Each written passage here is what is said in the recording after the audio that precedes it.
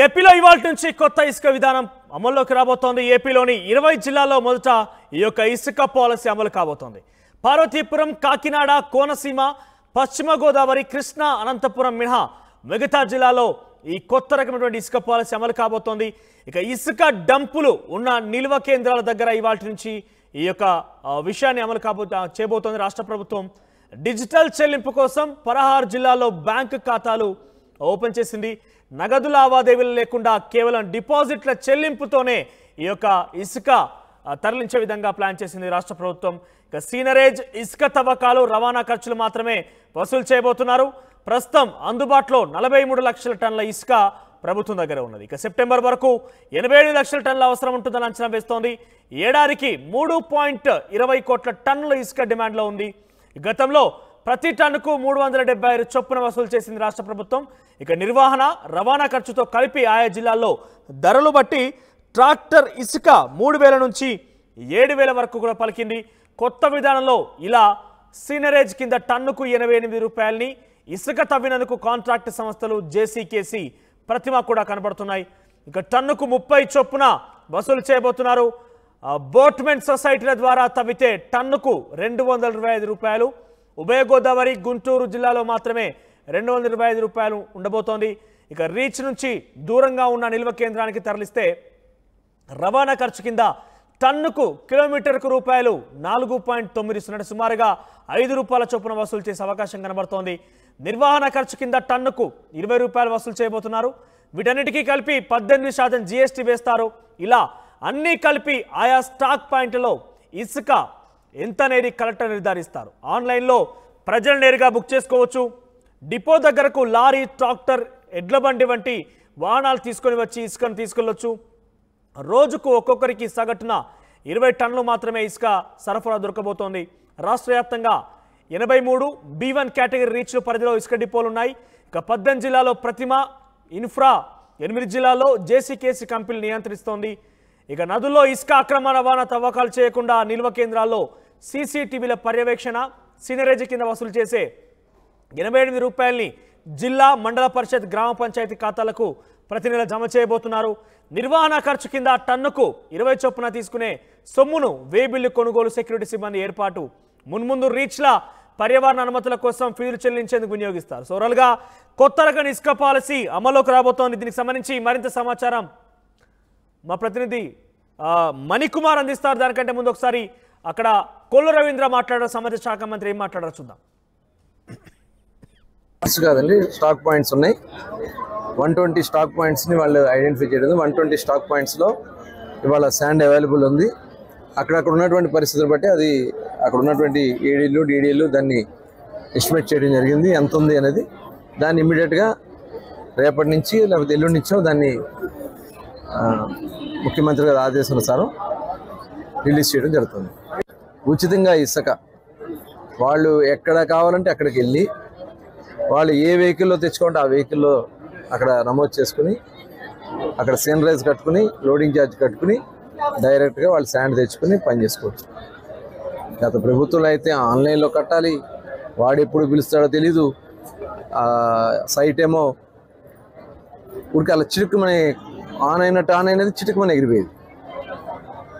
ఈ బ్లాక్ మార్కెట్లో ఎత్తుక్కోవాల్సినటువంటి పరిస్థితి వచ్చేది.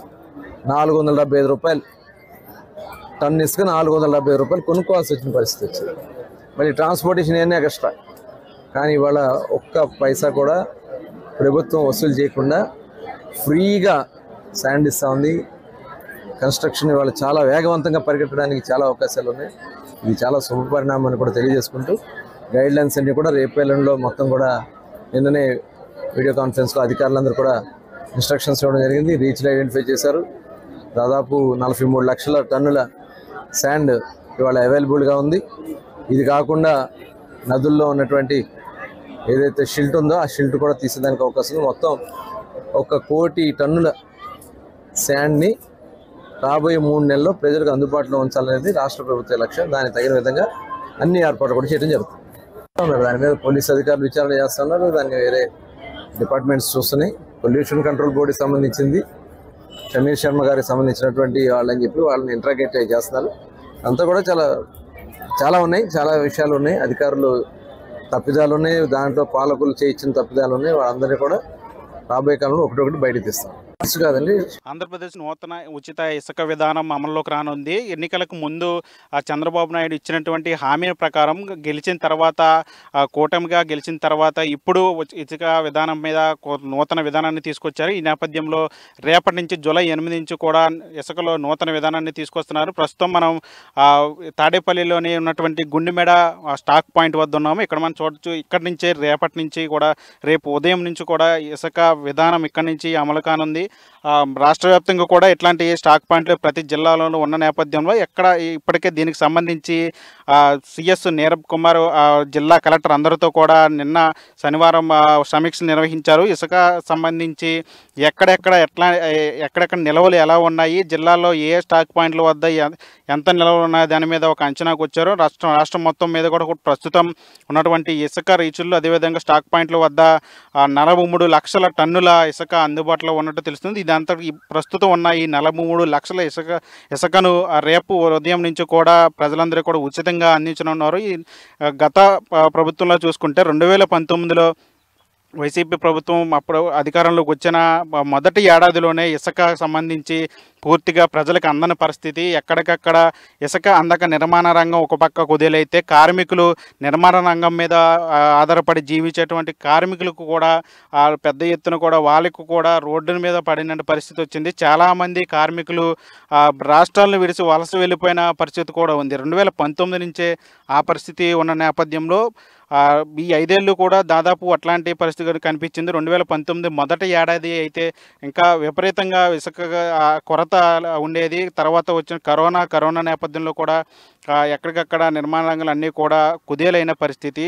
మొత్తం మీద రాష్ట్రంలో గత 5 ఏళ్లలో కూడా ఎక్కడికక్కడ ఇసుకకు సంబంధించి అన్ని చోట్ల కూడా ఇబ్బంది ఉందనే చెప్పాలి. రాష్ట్రంలో గతంలో చూసుకుంటే ఇసుక సంబంధించి వైసీపీ ప్రభుత్వం పూర్తిగా కూడా అక్రమాలకు పాల్పడిందంటూ కూడా పెద్ద ఎత్తున విమర్శలు వస్తున్న నేపథ్యంలో గత 5 ఏళ్లలో కూడా ఇసుకకు సంబంధించి ఒక ట్రాక్టర్ ఇసుక దాదాపు 3,000 నుంచి 7,000 వరకు ఉండేది. ఈ నేపథ్యంలో ప్రజలందరూ కూడా ఇసుకను ముట్టుకోవాలంటే భయపడేవాళ్ళు. అది ఒక బంగారంలాగా భావించేవాళ్ళు. ఇసుక దొరకడమే కష్టతరం అయిపోయేది.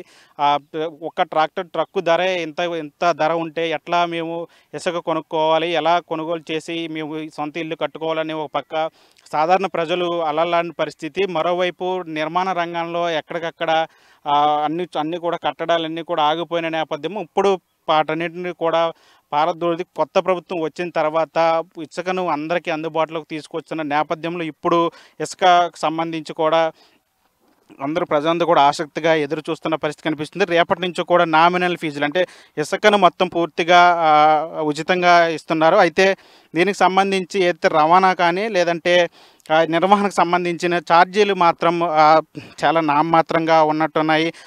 సీనరేజ్కి సంబంధించి 88 రూపాయలు మాత్రమే వసూలు చేస్తారు. తర్వాత రవాణాలకు సంబంధించి ఏదైతే ఇప్పుడు ఉన్నటువంటి గుత్తేదారుల సంస్థలు ఉన్నాయో అదైతే ప్రతిమ ఇన్ఫ్రా అదేవిధంగా జేసీకేసీకి సంస్థకు సంబంధించిన అటు రవాణాకు సంబంధించిన ఛార్జీలు మాత్రం వసూలు చేస్తారు.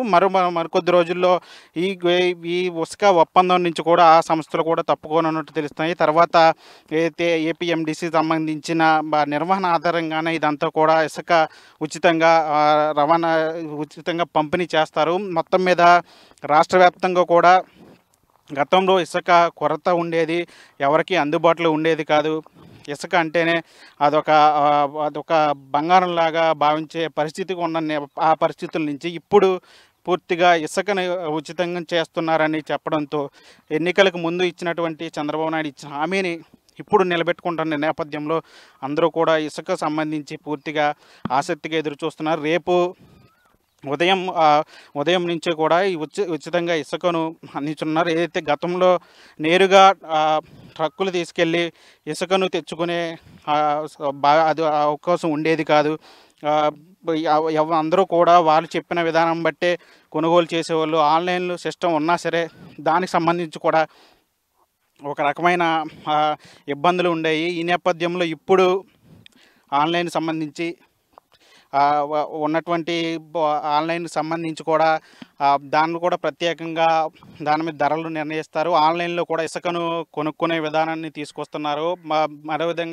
మరోవైపు ఇసుకకు సంబంధించి స్టాక్ పాయింట్ల వద్ద అక్రమాలు జరగకుండా సీసీ కెమెరాల పహారాలో ఇసుకను కూడా రవాణా చేయనున్నారు. మరోవైపు దానికి సంబంధించి కూడా పూర్తిగా పర్యవేక్షణ చేసి ఎక్కడా కూడా అక్రమాలు జరగకుండా జాగ్రత్తలు తీసుకుంటున్నట్టు కూడా తెలుస్తోంది. దానికి సంబంధించి సీసీ కెమెరాలు ఏర్పాటు, అదేవిధంగా ఇసుక రేటు ఎంత ఉంటుంది, ఈరోజు ఎంత ఉంది, ఎట్లాంటి ప్రాసెస్ అనే దాని మీద కూడా అక్కడ బ్యానర్లు కూడా ఏర్పాటు చేసి ప్రజలకు అవగాహన కల్పించే ఒక విధానాన్ని కూడా తీసుకొచ్చారు.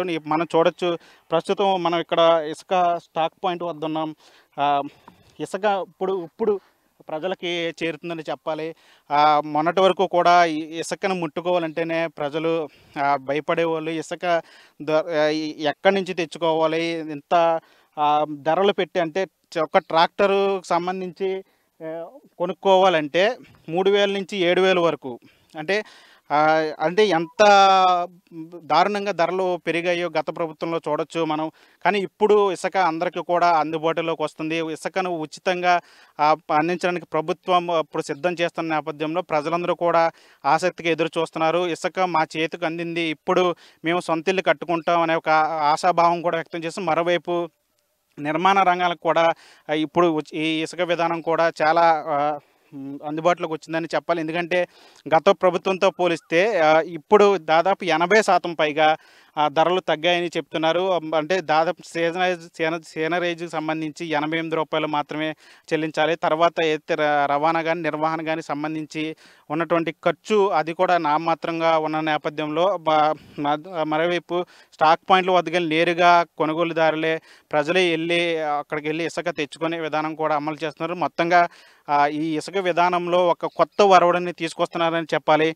రాష్ట్ర వ్యాప్తంగా ఉన్నటువంటి స్టాక్ పాయింట్లు ఏదైతే 43 లక్షల టన్నుల ఇసుక ఉందో ఆ ఇసుకను ఇప్పుడు రేపటి నుంచి కూడా ప్రజలకు అందించే పరిస్థితి ఉన్న నేపథ్యంలో ఇప్పటికే జిల్లా కలెక్టర్లతో సీఎస్ కూడా సమావేశమై దాని మీద సాధ్యాసాధ్యాలను పర్యవేక్షించిన తర్వాత రేపటి నుంచి ఇసుక విధానాన్ని అమలు చేయనున్నారు. అదే జిల్లాలో ఉన్నటువంటి స్టాక్ పాయింట్లు ఎక్కడెక్కడ ఉన్నాయి, అక్కడ రవాణాలకు సంబంధించిన ఛార్జీలు, జిఎస్టీకి సంబంధించి ఛార్జీలు, వాటన్నిటిని కూడా కలుపుకొని ఒక కొత్త ధరను నిర్ణయిస్తారు. ఇసుక విధానం అందుబాటులోకి వచ్చిన నేపథ్యంలో ప్రజలందరూ కూడా హర్షం వ్యక్తం చేస్తున్న పరిస్థితి అయితే కనిపిస్తుంది. వీడియో జర్నలిస్ట్ విజయ్తో మనీ RTV తాడేపల్లి నుంచి.